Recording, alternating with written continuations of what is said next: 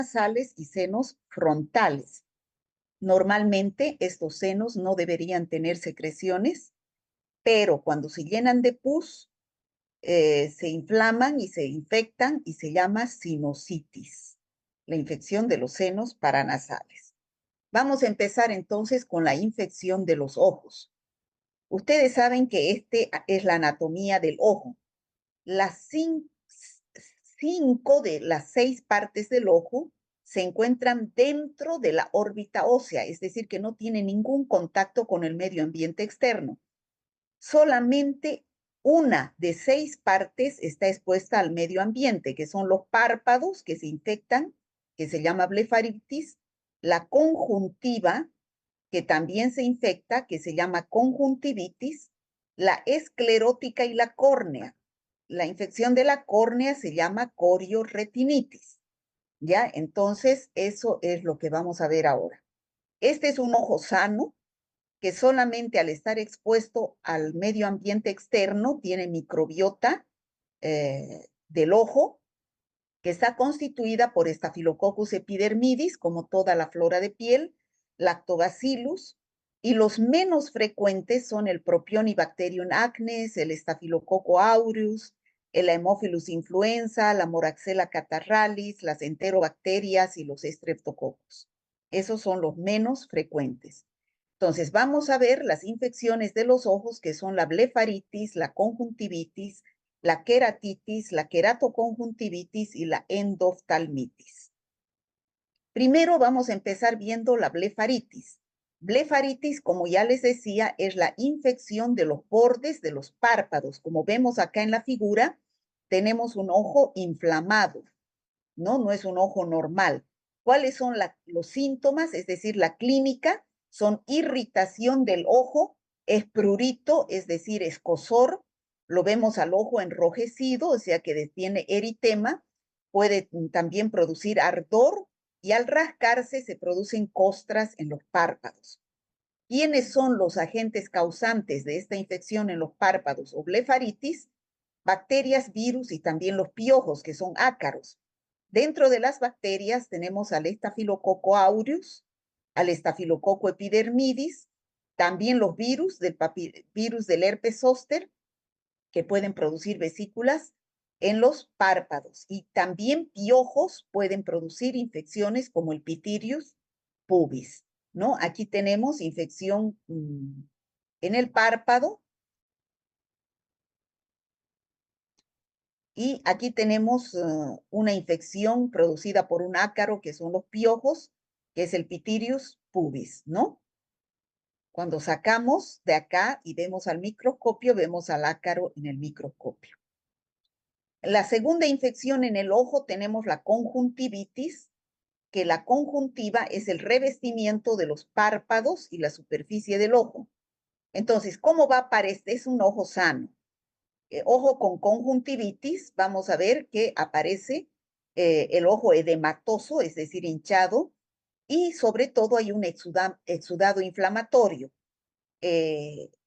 Cuando es bacteriano, generalmente sale material purulento y que uno amanece con el ojo pegado. En cambio, cuando es viral, solamente es enrojecimiento del ojo. Dentro de las bacterias, ¿cuáles son los agentes causantes? Neumococo, Haemophilus influenza, Haemophilus aegyptus. Muy importante la Haemophilus aegyptus, el Staphylococcus aureus, Staphylococcus epidermidis. En los neonatos o recién nacidos, como hemos estudiado en Bacteriología 1, sabemos que si la madre tiene cervicitis gonocócica o por clamidia no gonocócica, ese niño al pasar por el canal del parto pasa por cervix y se puede contagiar por contacto de las secreciones de la madre y nacer con conjuntivitis gonocócica o no gonocócica producida por clamidia. También los virus pueden producir conjuntivitis, como son los adenovirus, los enterovirus, que produce conjuntivitis hemorrágica aguda. Generalmente se producen las conjuntivitis cuando es época de viento, ¿no? Por el viento vienen bacterias, virus que ingresan a los ojos. La queratitis es la infección de la córnea. Entonces, esto es una emergencia médica. ¿no? Generalmente se produce después de un traumatismo, que uno se pincha la córnea con algún instrumento, entonces los síntomas van a ser dolor, disminución de la visión, puede o no puede haber exudado inflamatorio, ¿no? Secreción. ¿Quiénes son los agentes causantes? Bacterias como el Staphylococcus aureus, neumococo en el 65 a 90% de los casos. Como hemos avanzado en bacteriología 1 en no fermentadores cuando avanzamos Pseudomonas aeruginosa, vimos que la Pseudomonas aeruginosa era uno de los causantes de queratitis o queratoconjuntivitis debido a que las personas que usaban lentes de contacto no cambiaban el agua, que es lo que le encanta a la pseudomona en las noches cuando reposaban los lentes de contacto. También los virus, como el virus del herpes, ¿no? También hongos como Fusobacterium, Aspergillus. Ahí tenemos una queratitis herpética producida por herpes virus, una queratitis producida por hongos como, por ejemplo, el Fusobacterium, el Aspergillus. Y también hay una combinación de una infección en la conjuntiva y en la córnea. Cuando la infección es en la conjuntiva y en la córnea se llama queratoconjuntivitis. Los síntomas van a ser dolor en el lugar, disminución de la visión y puede o no puede haber exudado. ¿Quiénes son los agentes causantes? La Neisseria gonorrea, la Clamidia trachomatis. Y los agentes causantes son los mismos de los que producen queratitis o infección de córnea y conjuntivitis que hemos citado anteriormente, ¿no? Ahí tenemos un ojo normal y aquí tenemos un ojo con queratoconjuntivitis. La endoftalmitis es una infección del humor acuoso o humor vítreo. Generalmente se produce por traumatismo, o sea, por algún golpe o porque llega a este lugar del ojo por diseminación de la sangre. O sea, hay una infección en otro lugar del organismo y como la sangre pasa por todas las partes del cuerpo, arrastra bacterias y llegan al humor acuoso o vítreo del ojo. ¿Quiénes son los agentes causantes? El Staphylococcus aureus, Staphylococcus epidermidis, neumococo, Pseudomonas aeruginosa entre las bacterias.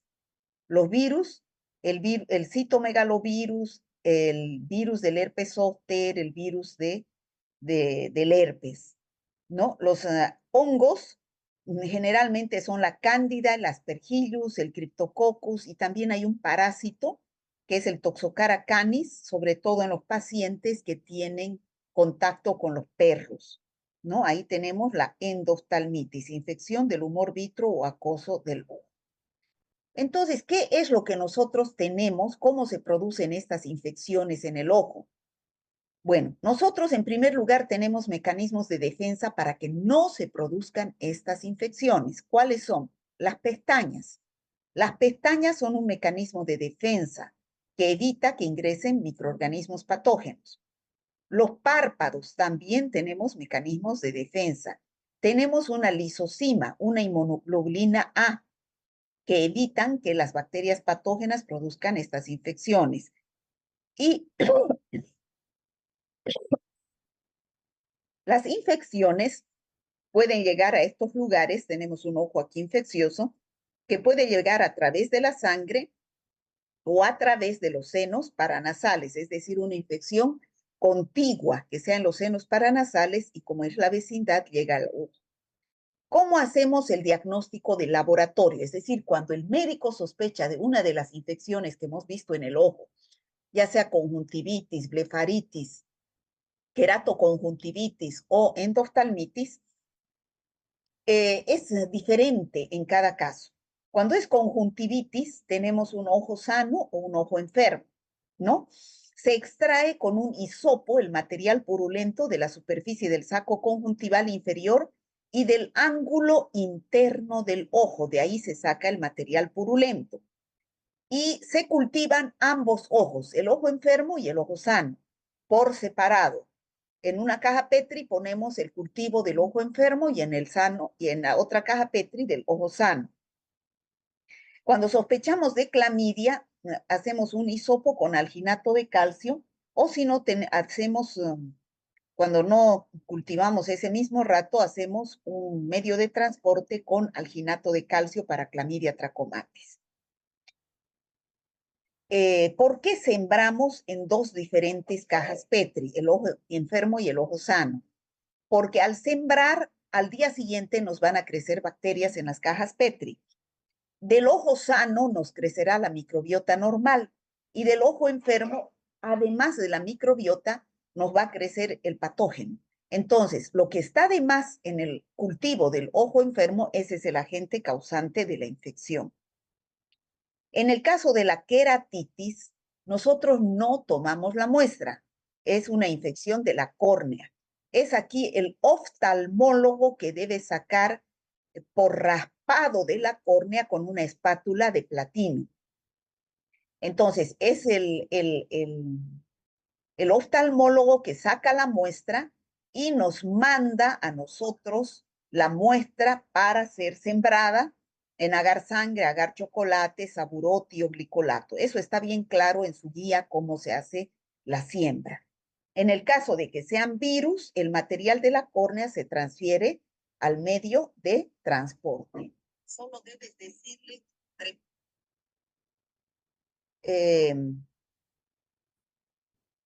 el oftalmólogo obtendrá el material de las cámaras anterior y posterior del ojo. Entonces, y en las infecciones de los párpados se debe obtener la muestra por hisopo. Bueno, en el caso de conjuntivitis se debe sembrar y en todas las infecciones en agar sangre, agar chocolate y agar maconque. Y ustedes saben, agar sangre para que crezcan todas las bacterias, especialmente los cocos gram positivos. En agar chocolate para que crezca el Haemophilus. Y en la Neisseria gonorrea, Neisseria gonorrea, y en el agar maconque para que crezcan los bacilos gram negativos. Entonces, al sembrar, como les decía, en dos medios de cultivo diferentes, el ojo derecho y el ojo izquierdo, si en un cultivo desarrolla el ojo infectado y no infectado, el microorganismo puede no ser la causa de la infección. En cambio, si el microorganismo solo crece en el cultivo del ojo infectado, lo más probable es que sea el agente causante. Eso es lo que les decía anteriormente, ¿no? Que si solamente crece en el ojo infectado un microorganismo que no crece en el ojo normal, entonces ese es el causante de la infección.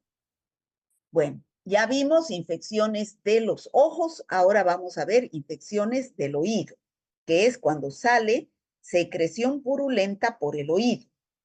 Bueno, primero vamos a ver la anatomía del ojo. Sabemos que el oído está clasificado en oído externo, oído medio y oído interno, ¿no?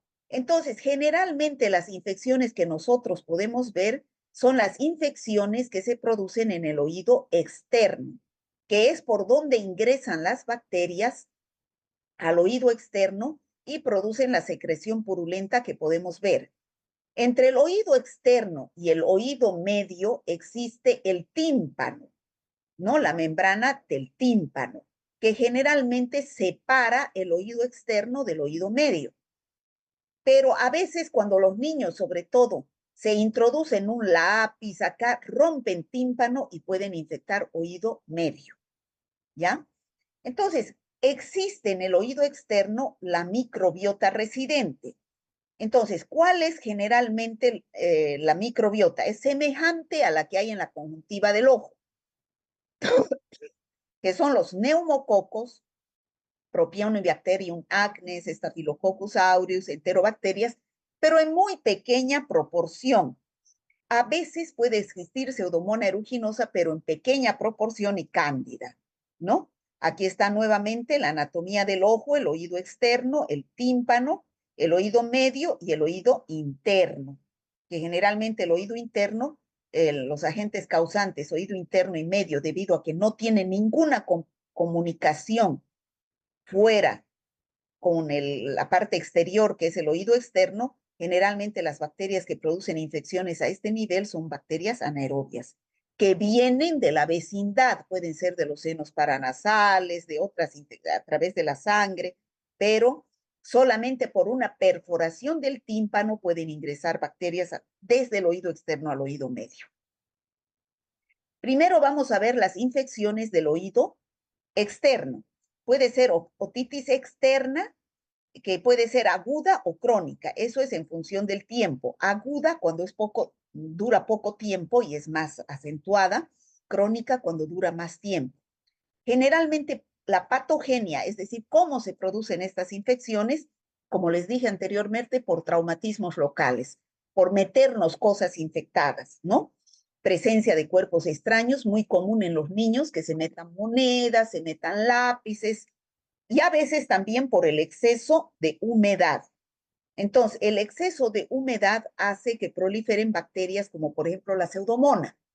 Así, cuando los pacientes se bañan, por ejemplo, en aguas estancadas, donde hay pseudomonas, que le encanta la humedad, ahí le da la otitis externa del nadador. La otitis media, es decir, del oído medio, también puede ser aguda y crónica.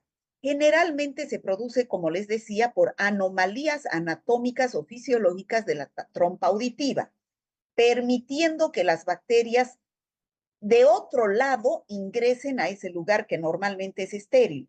Generalmente de la nasofaringe ingresan al oído medio porque puede por anomalía, es decir, no es normal haber una comunicación entre la nasofaringe y el oído.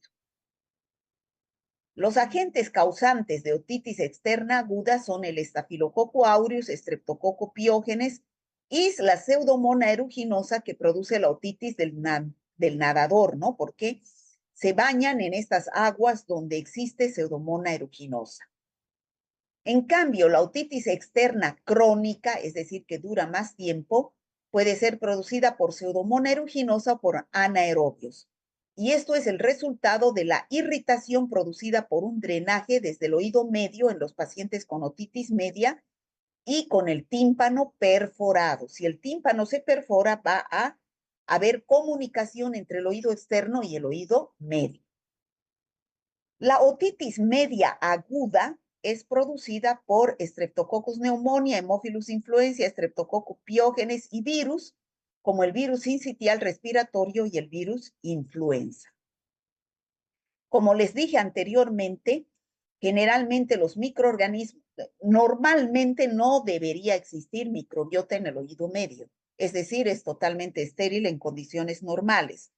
Pero cuando llegan bacterias, que pueden llegar ya sea de la parte externa por perforación del tímpano o de la parte interna porque existe alguna comunicación, malformación anatómica con la nasofaringe, pueden llegar bacterias desde los senos paranasales, desde la nasofaringe y producir infección. Generalmente los agentes causantes son los anaerobios. ¿Cómo hacemos el diagnóstico del laboratorio de estas infecciones? Si es otitis externa, entonces va a haber secreción que sale por el oído.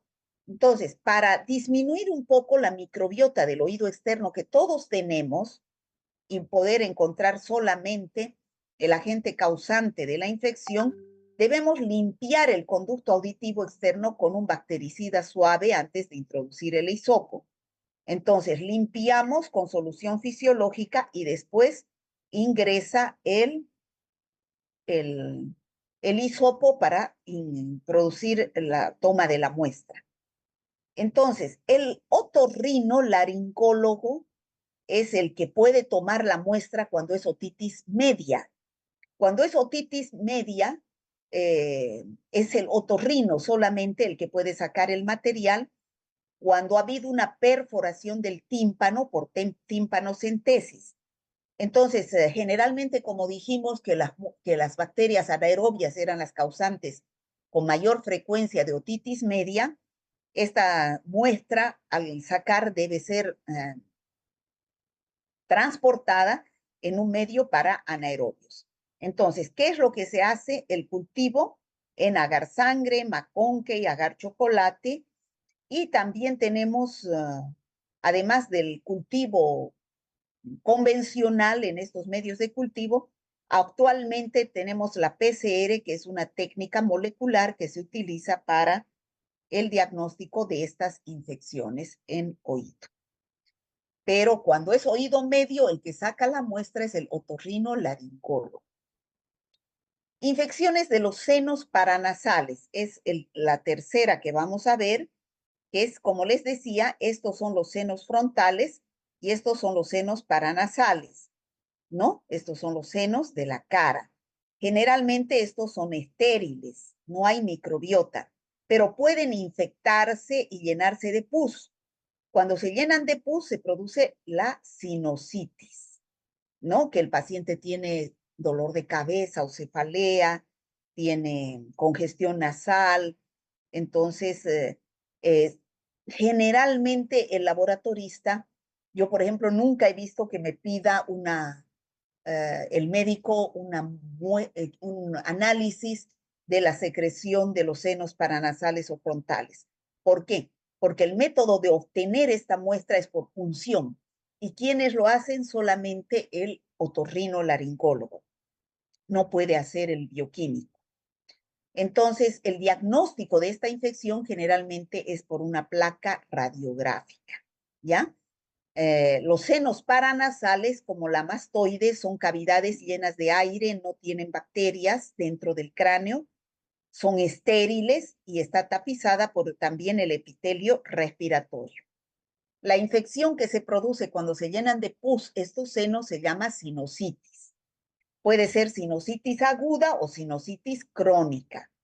Suele aparecer en el curso de un resfrío o gripe. Generalmente cuando hay una gripe o resfrío mal curada, las bacterias o los virus sobre todo migran hacia los senos paranasales y producen una infección que generalmente es autolimitada, cura de por sí y dura unas 3 semanas. ¿Cuáles son los síntomas? Aparece un exudado nasal, sensación de presión entre los senos paranasales y senos frontales, por eso es que duele la cabeza.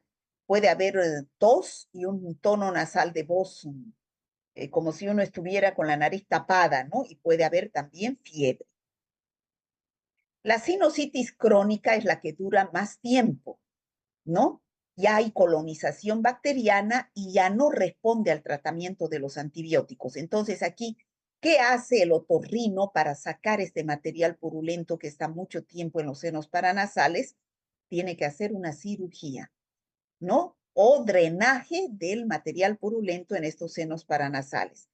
Puede complicarse cuando es una sinusitis crónica con que estas bacterias que están presentes acá se diseminen al cráneo y produzcan meningitis o encefalitis cuando se diseminan al cerebro.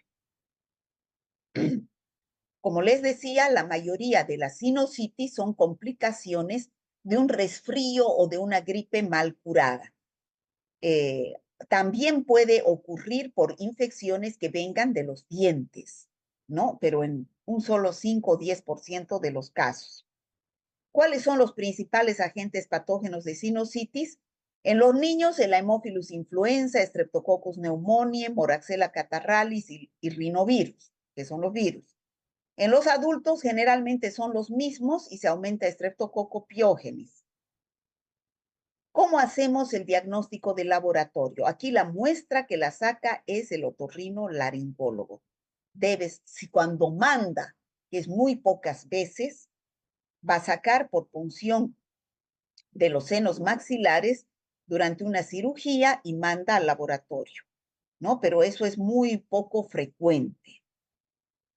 Bueno, eso sería, chicos, la clase de hoy, que son infecciones de oídos, ojos y senos paranasales. Como ustedes pueden ver, esta clase no tiene práctica porque casi no se presentan muestras de estos lugares anatómicos en el laboratorio, porque son los otorrinos, los oculistas, los que deben tomar la muestra y generalmente no mandan.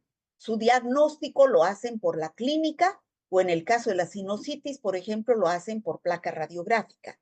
Utilizan otros métodos auxiliares de diagnóstico. A veces yo he visto que se puede sacar muestras de los ojos de una conjuntivitis. Eso yo hice. Pueden pedir. pero que ustedes tienen que tenerlo muy en cuenta que la muestra se debe sacar tanto del ojo sano como del ojo enfermo para poder diferenciar cuando crezcan al día siguiente qué bacterias están de más en el ojo enfermo. Ese es el causante de la infección. Y en el oído, la única muestra que a mí me ha llegado alguna vez es la de oído externo cuando se puede sacar con un hisopo, pero oído medio. Nunca me ha llegado la muestra porque es el otorrino que debe sacar por punción del tímpano y sacar muestra. Generalmente eso no es muy frecuente y de sinusitis tampoco. Bueno, eso sería, chicos. Recording stopped. Recording in progress. Recording stopped. Bueno, eso sería, chicos, el final de la clase. No sé si han entendido, si hay alguna pregunta. Sí, doctora, se entendió, muchas gracias. Entonces, no haríamos la práctica, pero de igual manera entraría al parcial, ¿no, doctora? Claro que entra pues al parcial, Gracias. entra. Si es un tema que estamos avanzando, ¿no? Estamos avanzando. No tiene práctica porque no llegan muy frecuentemente. ¿Cómo vamos a conseguir una secreción de oído para llevarles a ustedes? ¿Cómo vamos a conseguir una secreción de ojo? No es muy frecuente en el laboratorio, pero se puede presentar, pero por eso es necesario que ustedes lo sepan. Pero nosotros no podemos conseguir el día que ustedes tengan práctica, tal como es una orina, unas heces, que hay todos los días, ¿no? Entonces, chicos, ¿alguna otra pregunta? Ayer ya mostré sus primeros parciales a todos me han firmado y creo que todos están en conformidad, ¿no es cierto? Sí, doctora. Sí, doctora. Ah, no ha sido ayer ha sido a Bacterio 1, el anterior jueves hemos mostrado. Sí. Sí,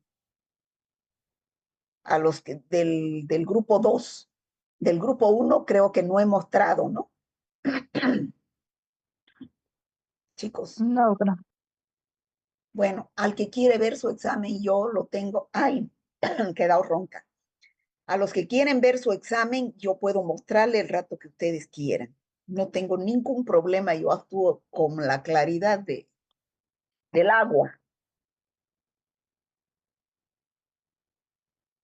Como han podido ver los del grupo 2, que yo no tengo ningún problema en mostrar los exámenes.